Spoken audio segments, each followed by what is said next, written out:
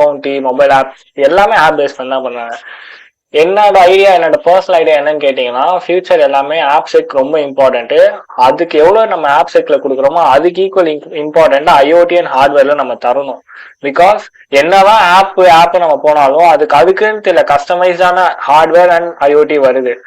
நீங்க future base பண்ணி இன்னைக்கு எனக்கு ஸ்கோப் இல்ல, இன்னொரு 5 years கம்பெனி எனக்கு ஒரு நல்ல ஸ்கோப் இருக்கு அப்படின்னு நீங்க நினைச்சீங்கன்னா please go for IoT and hardware. ரொம்ப பெரிய ஸ்கோப் இருக்கு, நிறைய பேர் அதை பண்ண மாட்டேங்கிறாங்க.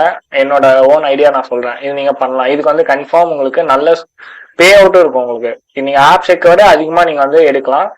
இல்ல நான் இப்ப எடுத்திருக்க ஃபீல்ட்லயே நீங்க நல்லா பண்ணணும் அப்படின்னு நீங்க நினைச்சீங்கன்னா, சீரியஸா சொல்றேன், கம்பெனில ஓஆஸ் பே கேட்பாங்க.